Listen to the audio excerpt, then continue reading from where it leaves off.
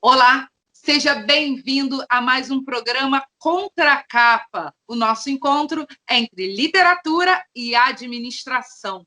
E hoje nós vamos falar sobre o livro Planejamento Estratégico, formulando e executando estratégias vencedoras. O autor é quem está aqui com a gente hoje, o administrador Leonardo Faletti. Tudo bem, Faletti? É um prazer recebê-lo no Contra a Capa. Bom dia, Érica. Bom dia a todos. Muito obrigado. Eu que agradeço aí a oportunidade da gente conversar um pouquinho sobre o tema planejamento estratégico. Bom, planejamento é a base de qualquer administrador, né? E eu queria saber de onde surgiu a ideia de escrever esse livro, de onde surgiu a ideia de colocar isso no papel, essa parte tão importante da administração. Legal, Érica. Surgiu da prática, né? É um tema que a gente trabalha com consultorias sobre planejamento estratégico e a gente acaba identificando que as pessoas não evoluem muito no planejamento, né? Acaba que os empreendedores, os empresários, eles são tomados pelo dia a dia e destinam muito pouco do seu tempo para planejar as ações futuras, para planejar as estratégias que levariam ao alcance dos objetivos que se pretende. E como a gente trabalha com isso, né, eu acabei colocando dentro desse pequeno e-book o conteúdo da nossa metodologia de realização de um planejamento estratégico, ou seja, é o que a gente faz na prática quando a gente vai para um cliente para elaborar o planejamento estratégico em conjunto com os gestores daquela organização. Então é isso, é tirar um pouco das prateleiras, é tirar um pouco dos conceitos, utilizar as ferramentas e colocar em prática tudo aquilo que a gente aprende, né? Essa é a ideia. E a gente percebe isso desde o início do livro, em que você fala que é para fazer de forma prática, é objetiva. Essa foi a sua intenção, de fazer e ir direto ao ponto, digamos assim? É exatamente isso, né? Quem pegar o e-book vai observar que ele é curto, mas ele é repleto de orientações práticas, ferramentas, exercícios que possam ser realizados, né, do começo até o final. Então, é praticamente um manual de planejamento dentro da nossa visão do que pode ser utilizado, né, na realização de um planejamento estratégico. Desde a sua fase inicial de orientação, onde a gente vai definir negócio, missão, valores, visão dessa organização, até a elaboração do plano de ação. Então, a gente tem todo o processo nesse pequeno e-book, como eu gosto de chamar, porque não tem gordura, não tem nada sobrando ali, não. É como você disse, é direto ao ponto, né? Nessa etapa aqui, o que a gente faz, que tipo de resultado a gente obtém, tudo encadeado de maneira que o resultado de uma etapa alimente a etapa seguinte, coisas do tipo. E, bom, vamos falar um pouquinho da estrutura do seu livro, né? Você estruturou ele em 4 partes, né? Orientação, diagnóstico, direção e operação. Através da sua experiência, você separou esses 4 pontos para direcionar a obra, para direcionar o livro, para direcionar o planejamento? Isso, a gente utiliza essa forma de estruturação. É uma forma de estruturação que não foi idealizada por mim. A USP já pratica esse tipo de estruturação e planejamento estratégico, e foi lá que eu me inspirei, no trabalho deles que eu me inspirei, mas é algo que a gente utiliza dessa forma. E quando você pega essa estrutura, né, aquilo que eu falei no início, de definição de missão, visão, valores, negócio da organização, que é a área de atuação dela, é a fase de orientação, é ali onde tudo começa.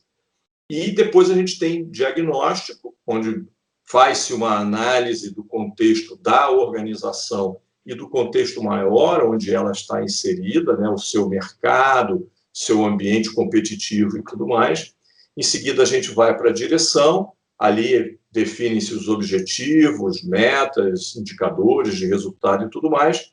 E, por fim, a gente vai para a etapa de operação, que é a elaboração de plano de ação e a efetiva implementação de tudo isso, né? Então, são essas as 4 etapas, estão organizadas dessa maneira. E se você chegou a dar uma olhada nele, você vai observar que a etapa de diagnóstico é a etapa mais parruda, é a etapa mais densa, é ali onde a gente tem uma utilização de maior número de ferramentas, né? Porque eu costumo dizer o seguinte: planejamento estratégico não se resume a definir missão e fazer uma análise SWOT, né? Isso é importante, mas não é suficiente, né? E às vezes a gente observa que tem muita gente que, quando fala de planejamento estratégico, resume tudo a uma análise SWOT, né? E eu não tenho como definir o que é ponto forte ou ponto fraco em uma organização, ou o que são oportunidades e ameaças, e esses 4 aspectos são o que compõem uma análise SWOT, se eu não souber para onde essa organização pretende ir, se eu não souber o que ela tem de recursos, o que ela tem de estrutura já instalada, né, para ir para onde ela pretende ir, se eu não souber em que contexto que ela está inserida. Então, antes da gente falar de uma análise SWOT, antes da gente falar de pontos fortes, pontos fracos, de oportunidades e ameaças, tem muita coisa que precisa acontecer, né? Eu começo a fase de diagnóstico com uma ferramenta que é o Canvas do modelo de negócio, do Alex Osterwalder, que muita gente acha que aquilo ali só é importante para uma organização que está começando, né? Para definir o ponto de partida dela, né? Estruturar o seu modelo de negócio apenas no momento da sua criação. E, na verdade, a gente precisa estar revendo esse modelo de negócio, porque o contexto muda o tempo inteiro, né? As tecnologias mudam, surgem até pandemias, né? E a gente é atropelado por elas. Então, você tem que ver se aquele modelo de negócio que você está adotando na sua organização, se ele é válido ainda. E é interessante que, vendo as posições do seu livro, eu gosto quando você fala que a etapa de orientação, da definição dos negócios, missão, valores e visão, é a base, né? É de grande importância, porque é a partir dali que você vai definir, né, os próximos. Né? E você acha que nas organizações hoje isso está bem difundido? Ou é preciso que isso chegue mais aos colaboradores, digamos assim? Sem dúvida é preciso que chegue aos colaboradores, mas antes tem que estar muito claro para o nível estratégico da organização, que, na verdade, nem sempre está, né? Muitas vezes, principalmente quando a gente está num momento muito conturbado, como o que a gente está vivenciando atualmente, né? As pessoas são atropeladas pelo dia a dia, pelas ameaças e oportunidades propriamente ditas, e acabam muitas vezes deixando de levar em consideração a raiz, a essência da sua organização. Então, por exemplo, pegando o momento que a gente está vivendo, como eu disse, né? Tinha muita gente se perguntando, principalmente no início, o que eu faço diante dessa confusão toda, diante desse contexto.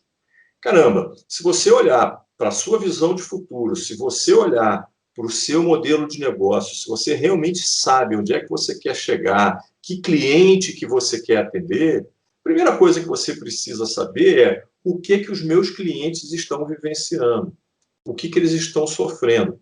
E aí você começa a pensar o que eu posso fazer diferente do que eu já fazia para atender a necessidade desse cliente. Uma visão estratégica, ela tem que estar sempre referenciada lá na sua missão, lá na sua visão, lá nos seus valores, né? Resultados de curto prazo, como no momento como a que a gente viveu agora, podem passar por cima de valores fundamentais para a existência dessa organização no longo prazo. Nós vimos algumas empresas importantes, consolidadas, né, tomando algumas ações diante do início da pandemia, que certamente estavam indo contra os valores que elas pregavam, né? E aí entra outra coisa, é a necessidade de você ter coerência e congruência entre o discurso e a prática. Não adianta você levar para o colaborador um conjunto de valores, uma missão muito bem escrita, se aquilo não estiver fazendo parte do dia a dia, das decisões daquele nível estratégico da organização. Vai gerar um ruído, vai gerar uma dissonância ali e põe a credibilidade no chão. E na etapa do diagnóstico, né, você insere uma série de ferramentas, né, para o gestor fazer esse planejamento estratégico. Uma que me chamou bastante atenção é a questão do modelo das 4 ações, né, que é utilizado para ajustar a curva de valor da organização. Fala um pouquinho sobre isso, porque eu achei uma ideia muito direta, né, muito dinâmica, para você conseguir atingir o objetivo do seu planejamento. São ferramentas bastante importantes e estão diretamente assim, relacionadas, né, com o que a gente falou anteriormente. Né? Se você define o teu modelo de negócio, você sabe quem é o teu cliente, o que você vai oferecer para ele, de que maneira que você vai oferecer para ele, para você fazer isso, você precisa estar sempre verificando se aquilo tudo que naquele momento em que você fez a definição do teu modelo continua verdade. Né? Eu falei, momento de pandemia, vai verificar o que aconteceu com o teu cliente, o que ele está passando, o que ele passou a valorizar a partir do momento que ele está vivenciando essa realidade atual.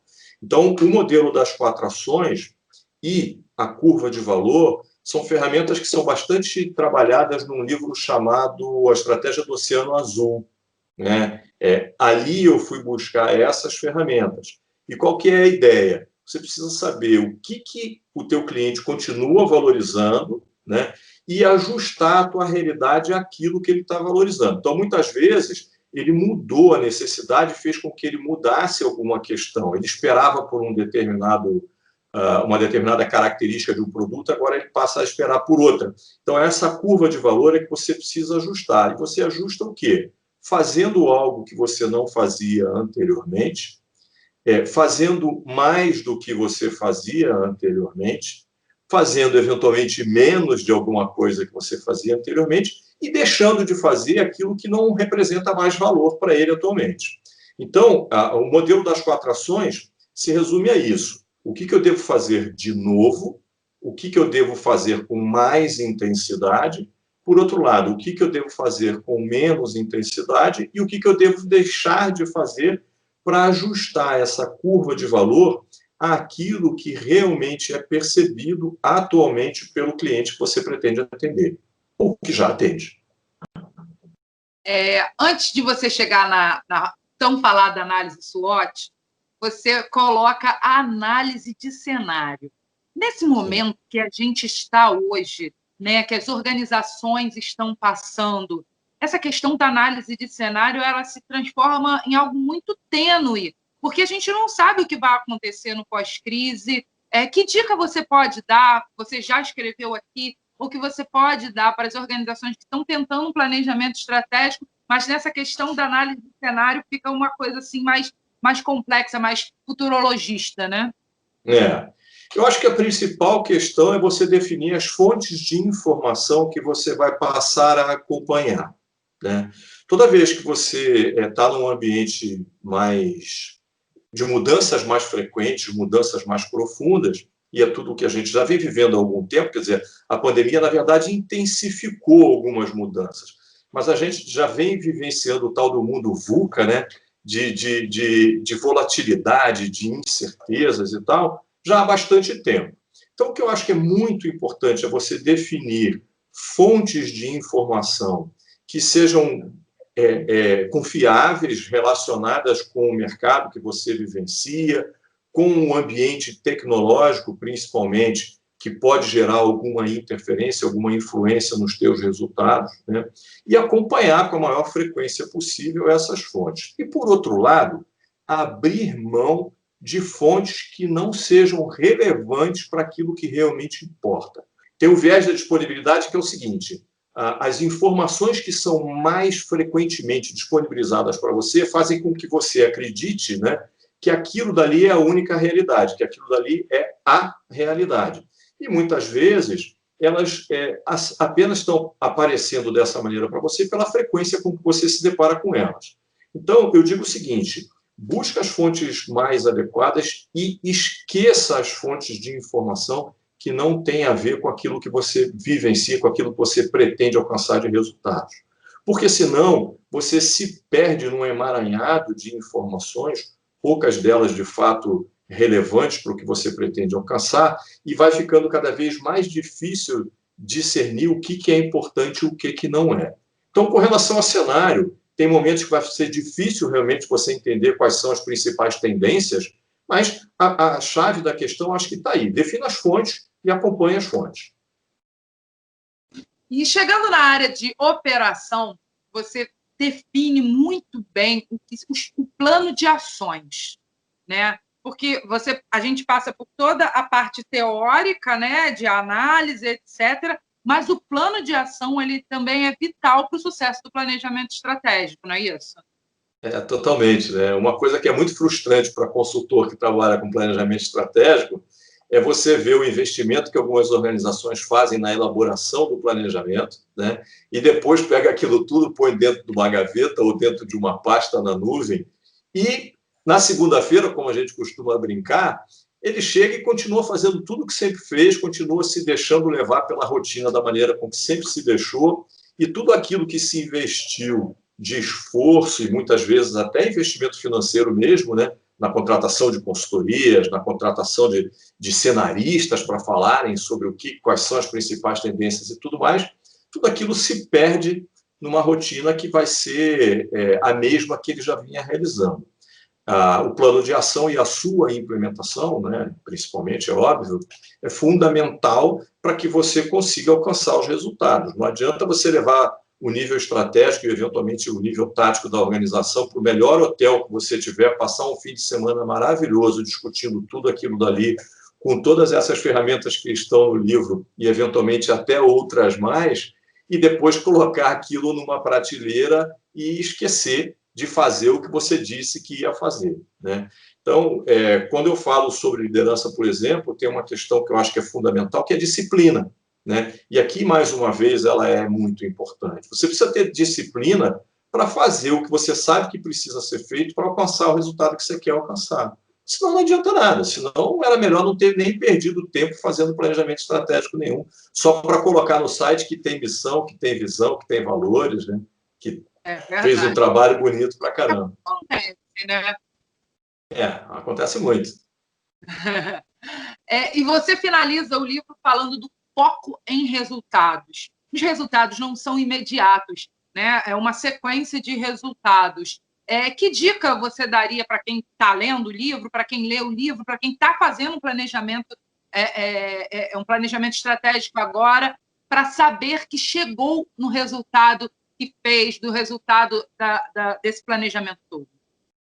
Ótimo. Acho que a dica está na definição dos indicadores corretos. Na fase de